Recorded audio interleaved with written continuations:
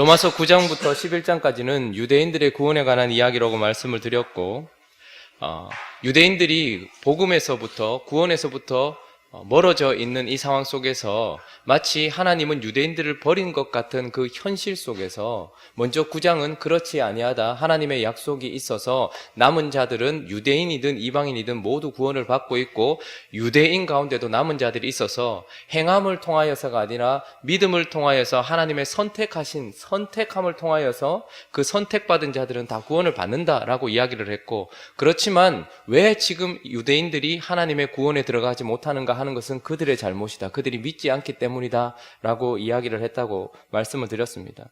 그래서 지금 이스라엘이든 이방이든, 그러나 지금 특별히 9장, 10장, 11장은 유대인들에 관한 이야기를 하면서 유대인들이 왜 구원을 받지 못했는가, 왜 그들은 구원을 받지 못하는가에 대하여서 9장 31절, 32절이 우리에게 말해주고 있는데, 우리가 읽었던 본문이지만, 살펴봤던 본문이지만, 왜 그들이 구원을 받지 못하는가는 9장 31절, 32절 한번 읽어볼까요? 시작. 의의 법을 따라간 이스라엘은 율법에 이르지 못하였으니 어찌 그러하냐? 이는 그들이 믿음을 의지하지 않고 행위를 의지함이라 부딪힐 돌에 부딪혔느니라. 그들이 믿음을 의지하지 않았기 때문이다. 결국 한마디로 믿지 않았기 때문이다. 이렇게 이야기를 합니다. 그러면 어떻게 하면 구원을 받는다라는 것입니까? 어떻게 하면 구원을 받는가? 오늘 본문 11절, 12절이 어떻게 하면 구원을 받는가에 대한 이야기를 해주고 있는데, 11절, 12절을 읽겠습니다. 시작. 성경에 이르되 누구든지 그를 믿는 자는 부끄러움을 당하지 아니하리라 하니 유대인이나 헬라인이나 차별이 없음이라.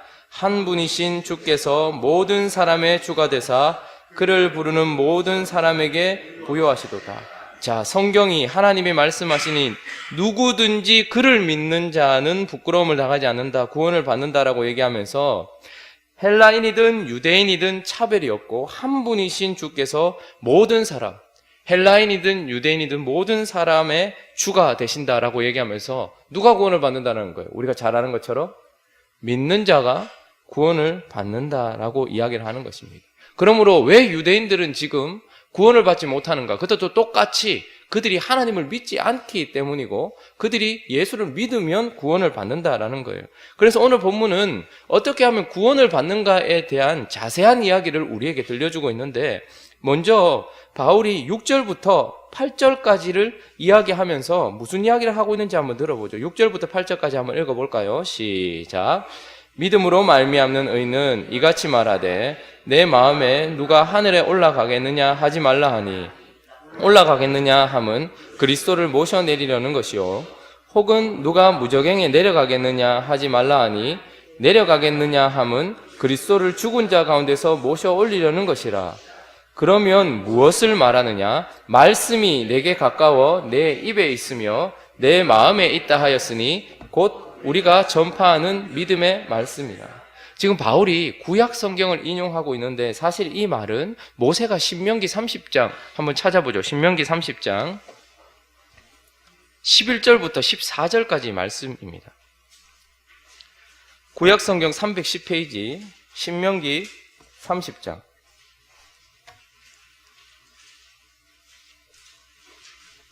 구약 성경 310페이지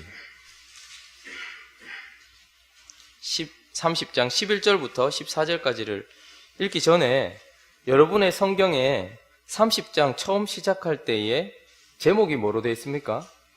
복받는 길이다 되어 있습니다. 그러니까 구원받는 길이라는 거예요. 자, 11절 읽어보겠습니다. 14절까지입니다. 시작.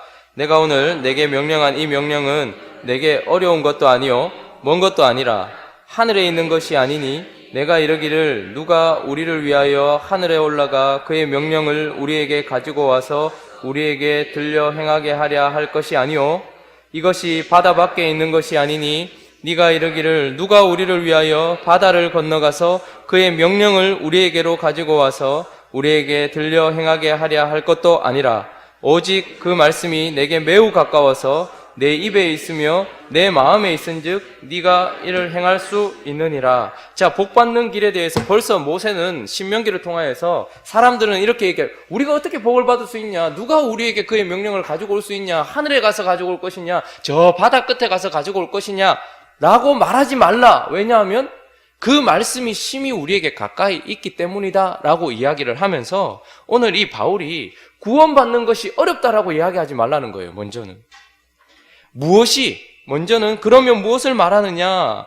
말씀이 내게 가까워서 라고 얘기하면서 이 말씀은 우리가 전파한 믿음의 말씀이라는 거예요. 그러니까 구원을 받는 데 있어서 먼저는 복음이신 예수 그리스도에 대한 그들이 전파한 예수 그리스도의 십자가와 부활과 승천과 우리를 구원하신 그분의 그 말씀이 우리를 구원하신다라는 것이고, 그런데 그 말씀이 뭐라는 거예요? 가까이 있다라는 거예요. 멀리 있어서 우리가 구원받지 못하는 길이 아니라는 말입니다. 복을 받는 길, 우리가 구원을 받는 길은 바울이 지금 증언하는 것처럼 그 길은, 그 명령은, 믿음의 말씀은 하나님께서 우리에게 매우 가깝게 주신 말씀이다. 그게 멀지 않다라는 것을 먼저 변증을 하고 있는 겁니다. 구원은 멀리 있거나 어려운 것도 아니다. 어떻게? 그 말씀이, 그 복음이 우리 가운데 있다라는 거예요. 그래서 구원의 시작은 무엇입니까? 기쁜 소식을 이루신 예수 그리스도의 그 이야기, 그분의 복음을 말씀으로 담아서 우리에게 가까이 두셨다라는 것입니다. 그래서 그 말씀을, 그 믿음의 말씀을 9절부터는 본문으로 돌아오시면 어떻게 하면 구원을 받는다라는 거예요? 우리가 잘 알고 있는 도리들입니다. 그 말씀을 9절에 10절에 읽어볼까요? 자, 시작. 네가 만일 내 입으로 예수를 주로 시인하며 또 하나님께서 그를 죽은 자 가운데서 살리신 것을 내 마음에 믿으면 구원을 받으리라. 사람이 마음으로 믿어 의에 이르고 입으로 시인하여 구원에 이르느니라. 먼저 중요한 것이 있습니다. 믿음의 말씀이 있어야 되는 것이죠. 객관적인 예수 그리스도의 구속 사건을 담은 복음이라는 말씀이 있어야 되는데 그 말씀이 우리에게 심히 가깝게 있고, 이제 그 가까이 있는 그 복음의 말씀을 어떻게 해요? 마음으로 믿고 입으로 시인하는 자는 구원을 받는다라는 것입니다. 9절에 보니까 네가 만일 네 입으로 예수를 주로 시인한다. 이거는 뭐죠? 외적인 고백입니다. 그리고 하나님께서 그를 죽은 자 가운데서 살리신 것을 어디에서 믿으면? 내 마음에 믿으면 구원을 받는다라는 것은, 구원이라는 것은 외적인 고백만도 아니고 내적인 믿음만도 아니라 내적인 믿음이 외적인 고백으로 드러나는 것, 외적인 고백은 내적인 내용을 가지고 있는 것, 그게 구원이다라고 이야기하는 것입니다. 우리 가까이 있는 복음의 말씀을 내가 마음으로 믿고 또한 삶과 입으로 고백하는 자, 그가 구원을 받는다라고 이야기하는 것입니다. 그래서 여기 앉아있는 여러분들과 이 땅에 있는 모든 사람들은 다 복음이 심히 우리 가까이 있었고, 그리고 그 말씀을 어떻게 해요? 마음으로 믿고 입으로 시인하여서 구원을 받는다라고 이야기를 하는 것입니다. 그래서 13절부터는 정확하게 우리에게 복음이 이른 그 경로를 이야기하면서 우리가 어떻게 구원을 받는가를 얘기하는데, 자, 13절에 보면, 그래서 결론적으로는 제일 마지막에 나타나는 현상이 뭡니까? 외적인 고백이잖아요. 예수를 부르는 거잖아요. 그래서 누구든지 주의 이름을 부르는 자는 뭐를 받는다는 거예요? 구원을 받는다라는 거예요. 자, 그러면 14절부터는 그런즉 믿지 않은 자를 어떻게 부르겠냐는 거예요. 자, 주를 부르는 자는 구원을 받아요. 자, 그러면 이렇게 주를 불러 구원을 받으려고 하면 어떤 과정이 있는가? 누구든지 믿으면 구원을 받는다는데 그 과정이 무엇인가를 우리에게 정확하게 설명해 주고 있는데, 주의 이름을 부르는 자는 구원을 받으리라. 14절에 그런즉 그들이 믿지 않은 자를 어찌 부르겠느냐는 거예요. 그러니까 부르기 전에 선행되는 것은 무엇입니까? 믿음이라는 거예요. 어떻게 믿지 않은 자를 부를 수 있냐? 그래서 부르기 위해서는 믿음이 선행된다라는 것이고, 자, 그리고 나서 듣지 못한 이가 어찌 믿을 수 있냐라고 얘기하면서 믿음에 선행되는 것은 무엇입니까? 또 듣는 거예요. 자, 그러면 또 전파하는 자가 없으면 어떻게 듣겠냐는 거예요. 그러면 듣는 것에 선행하는 것은 무엇입니까? 전파하는 자가 있는 거예요. 자, 그런데 보내심을 받지 아니하였으면 어찌 전파하겠느냐라고 얘기하면서 전파하는 자 앞에는 또 선행되는 것이 무엇입니까? 보내시는 하나님이 있는 것이고 그 앞에 기록된 바 아름답도다 좋은 소식을 전하. 먼저는 좋은 소식이 있어야 되는 거예요. 그러니까 이미 2018년 전에 예수 그리스도께서 십자가에서 죽고 다시 사신 좋은 소식이 있는 것이죠. 자, 그것을 역순으로 따져보면 좋은 소식이 있고 그 소식을 전하라는 하나님이 계신 것이죠. 그리고 그 하나님의 보내심을 받은 전파자가 있다라는 것이고 그 전파자가 전파하는 것이 있다는 것이고 그리고 그 전파한 소식을 듣는 것이 있다는 것이고 그 들은 것을 믿는다라는 것이고 그래서 믿음으로 어떻게 한다는 거예요? 주를 부른다라는 것이에요. 그러면 구원을 받는다라는 것입니다. 그러니까 우리가 어떻게 하면 구원을 받는가? 누구든지 믿으면 구원을 받는다. 그래서 주의 이름을 부르는 자는 구원을 받는데 믿지 못한 자를 어떻게 부르겠느냐? 그러니까 믿어야 하고 듣지 못했는데 어떻게 믿겠느냐? 그러니까 들려주어야 하고 전파하는 자가 없는데 어떻게 듣겠느냐? 그러니까 전파자가 복음 전도자가 필요하고 보내시는 하나님이 없는데 어떻게 가겠느냐? 그러니까 하나님이 보내셨고 복음이 없는데 어떻게 가겠느냐? 복음이 있다라는 거예요. 그러니까 우리의 모든 구원을 위하여서 하나님께서는 역순으로 따져보면 그것이죠. 좋은 소식을 전하는 전도자가 전파를 하고 그것을 들어서 믿음으로 입으로 고백하는 그 주의 부름으로 말미암아 주를 부름으로 말미암아 구원을 받는다라는 것입니다. 우리가 이런 방식으로 하나님 앞에 구원을 받았다라는 거예요. 자, 그런데 문제는 유대인들이라는 거예요. 이런 방식으로 우리가 구원을 받는데 유대인들은 왜 구원을 못 받는가? 왜 구원을 못 받았는가? 라는 것에 대하여서 16절 한번 보십시오. 읽어볼까요? 자, 시작. 그러나 그들이 다 복음을 순종하지 아니하였도다. 이사야가 이르되 주여 우리가 전한 것을 누가 믿었나이까?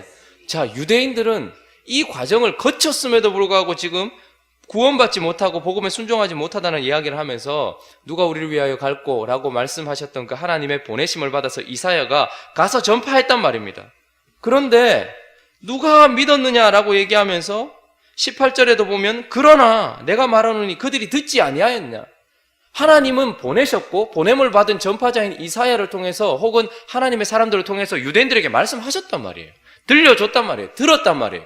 그런데도 불구하고 그들은 듣지 못하였느냐? 아니다. 들었다. 그런데도 그들은 지금 구원받지 못했다라는 거예요. 19절은 또 그러나 이렇게 얘기하면서 뭐라고 얘기합니까? 내가 말하노니 이스라엘이 알지 못하였느냐? 알고 있다라는 거예요. 그러니까 유대인들은 왜 구원을 받지 못했는가라는 것에 있어서 하나님은 하실 조치를 다 했다라는 거예요. 좋은 소식이 있었고 전파자를 통해서 보내었고 그래서 그들이 들을 수 있도록 전파했단 말입니다. 그래서 유대인들은 들었어요. 그런데 문제는 뭐죠? 들었는데 그들이 믿지 않았단 말입니다. 알았는데도 믿지 않았단 말입니다. 그러니까 유대인들이 왜 구원을 못 받았는가 하는 것은 하나님께 책임이 하나도 없어요. 21절 한번 보세요. 이스라엘에 대하여 이르되 순종하지 아니하고 거슬러 말하는 백성에게 내가 종일 내 손을 벌렸노라. 자, 구원을 어떻게 받냐? 이방인들이 어떻게 구원을 받았냐? 좋은 소식을 하나님께서 만들어내셨고 그래서 예수 그리스도께서 죽고 다시 사셨는데 그래서 하나님이 사랑하는 자들을 전파자로 보내셔서 그들이 전파했다, 전도했다. 그리고 너희들은 들었고 믿어서 입으로 신하여 구원을 받았다. 그런데 유대인들은 왜 구원을 못 받았느냐? 안 보냈냐? 아니다. 똑같이 내가 사랑하는 선지자들을 통해서 그들에게 복음을 전했고 그들은 들었다. 그런데 뭐가 안 생겼다는 거예요? 뭐 하지 않았다는 거예요? 믿지 않았다라는 거예요. 그들이 알았다. 그래도 믿지 않았다라고 이야기하면서 하나님은 종일 손을 벌리고 유대인들에게 돌아오라고 계속해서 말했지만 그들은 듣고도 믿지 않았다라고 얘기하면서 유대인들의 잘못은 그들 자신에게 있고 유대인들의 잘못은 결국 불순종, 악의, 죄악, 스스로 하나님을 거역하는 배역함, 그들 스스로의 죄악 때문에 지금 구원을 받지 못하고 있다라고 유대인들을 고발하고 있는 것입니다. 자, 그런데 왜 하나님께서 이런 것들을 허락하셨는가? 11장을 넘어가 보십시오. 1절. 자, 그러면 이런 질문이 생깁니다. 그러므로 내가 말하노니 하나님이 자기 백성을 버리셨느냐? 강력한 9장을 시작할 때도 그럴 수 없느니라. 10장을 시작할 때도 그럴 수 없느니라. 11장을 시작하시면서도 또 뭐라고 얘기합니까? 자기 백성을 버렸냐? 하나님을 반역하는 유대인들을 버렸냐? 뭐라고 합니까? 그럴 수 없느니라 라고 얘기하면서 25절 한번 가보십시오. 11장 25절.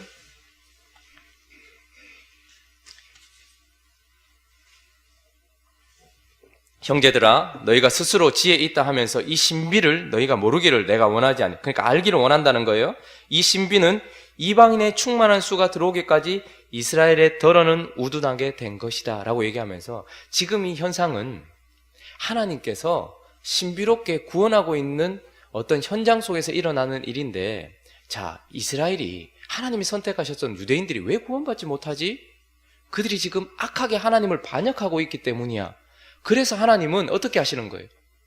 하나님이 선택하지 아니하셨던, 특별하게 선택하셨던 유대인들이 하나님을 반역하는 이 현실 속에서 어떻게 하시는 거예요? 그 복음을 들고서 하나님을 반역했던 이방인들에게 갔다라는 거예요. 그래서 지금 이들이 반역하고 있는 이 반역 속에서 똑같은 반역을 했던 이 유대인들이 아닌 이방인들을 지금 불러들이고 있다라는 거예요. 이방인들의 잘못은 무엇이냐면 하나님을 반역한 것이었습니다. 하나님 자체가 없었다는 거예요. 근데 유대인들의 잘못은 무엇입니까? 하나님의 의에 순종치 않았다는 거예요. 똑같이 반역하고 있는 거예요. 그러니까 하나님이 어떻게 하시는가 하면, 그가 선택하셨던 귀한 민족이었던 선민이었던 유대인들이 하나님께 이방인들과 똑같이 반역하니까 하나님이 어떻게 하시는 거예요? 하나님을 반역하고 있던 이방인에게 넘어가서 그들에게 복음을 전하고 있다는 거예요. 지금 그래서 이방인의 수가 충만하게 들어오기까지 저러는 우둔하게 된 것이다 라고 이야기하면서 이제 29절 한번 보십시오. 29절부터 32절까지 한번 읽어볼까요? 자, 시작. 하나님의 은사와 부르심에는 후회하심이 없느니라. 너희가 전에는 하나님께 순종하지 아니하더니 이스라엘이 순종하지 아니하므로 이제 긍휼을 입은지라. 이와 같이 이 사람들이 순종하지 아니하니 이는 너희에게 베푸시는 긍휼로 이제 그들도 긍휼을 얻게 하려 하심이라. 하나님이 모든 사람을 순종하지 아니하는 가운데 가두어 두심은 모든 사람에게 긍휼을 베풀려 하심이로다. 자, 무슨 말입니까? 너희가 이방인들이에요. 전에는 하나님께 순종하지 않았잖아. 이스라엘 백성들은 선택받아서 하나님께 예배드리고 했는데 너희는 하나님이 없었잖아. 순종하지 않았잖아. 그런데 하나님의 백성들이 순종하지 아니한 너희하고 똑같이 순종하지 아니함으로 이제 긍휼을 입었다는 거예요. 너희가. 그리고 나서 이 사람들이 순종하지 않은 것이나 하나님의 백성이 순종하지 않은 것이나 똑같아요. 그래서 이와 같이 유대인들도 순종하지 아니하기 때문에 너희들에게 베풀어 주신 긍휼로서 유대인들도 긍휼히 여기시는 하나님의 긍휼하심으로 불러들이기 위하여서 하나님이 둘 다 순종하지 않는 곳에 그냥 내버려 두셨다라는 거예요. 그러면서 결국 어떻게 하시는 거예요? 이방인들도 하나님의 긍휼하심으로 불러들이고 있고, 똑같이 하나님께 불순종한 유대인들도 하나님의 긍휼하심으로 불러들이고 있다. 하나님이 모든 사람을 순종하지 아니하는 가운데 내버려 두시고, 그렇게 두신 이유는 이방인들도, 하나님이 처음부터 없어서 우상 숭배하던 이방인들도 하나님의 긍휼하심으로 구원하시려고 하시고, 하나님이 있었지만 자기의 의를 힘껏 세우고 있었던, 하나님께 불순종했던 유대인들도 하나님의 긍휼하심으로 불러들이기 위해서 하나님이 그렇게 하셨다. 그래서 모든 선택받은 자들이 하나님의 사랑 때문에 구원받도록 하기 위해서 하나님이 그렇게 하셨고, 유대인들도 이방인들도 그렇게 구원하고 있다라고 이야기를 하고 있는 것이죠. 그래서 그들은 유대인이든 이방인이든 이 하나님께서 긍휼히 여기시는 하나님으로 말미암아 구원을 받고, 그리고 유대인이든 이방인이든 똑같이 예수 그리스도를 믿는 믿음으로 구원을 받는다라고 우리에게 이야기를 해주고 있는 것입니다. 그래서 11장 마지막 33절부터 한번 보십시오. 찬양이 터져 나오는 것입니다. 왜 이스라엘 백성들이 구원받지 못하고 있는데 하나님은 나를 이방인에게 보내십니까? 라고 말했던 그에게 하나님은 그냥 그를 그냥 보내지 않고 이것을 깨닫게 해주신 거예요. 그래서 이방인들의 수가 돌아오면 유대인들도 똑같은 긍휼하심을 입어서 돌아오게 될 것이라는 것을 깨닫고 나서 바울이 찬양을 하고 있습니다. 깊도다 하나님의 지혜와 지식의 풍성함이여 그의 판단은 헤아리지 못할 것이며 그의 길은 찾지 못할 것이로다. 누가 주의 마음을 알았느냐? 누가 그의 모사가 되었느냐? 누가 주께 먼저 드려서 갚으심을 받겠느냐? 이는 만물이 주에게서 나오고 주로 말미암고 주에게로 돌아감이라. 그에게 영광이 세세에 있을지어다. 아멘이라고 얘기하면서 찬양을 하고 있는 것입니다. 하나님은 하나님이 특별히 선택하셨던 유대인이든 아니면 이방인이든 똑같이 하나님의 긍휼을 보여주시는 그릇으로 만드셨어요. 그래서 저를, 여러분들을, 그리고 유대인들을 보는 모든 사람들이 바라보게 되는 것은 우리의 악함과 불순종이며 그럼에도 불구하고 우리를 끝까지 참아주시고 용서해 주시며 인내하시며 긍휼히 여기신 하나님의 사랑을 보여주는, 우리는 하나님의 사랑을 보여주는 그릇이 되었다라고 이야기를 하고 있는 것입니다. 그래서 우리 모두가 다 사실은 똑같이 하나님께 영광을 올려드린다라는 것입니다.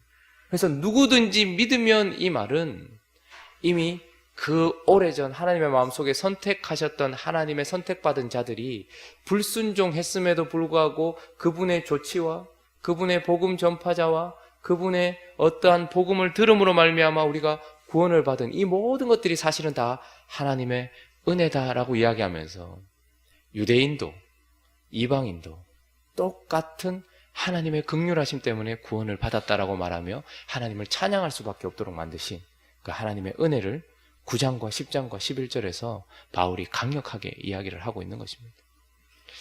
교회 안에도 비슷한 일들이 일어나고 있는 것 같아요.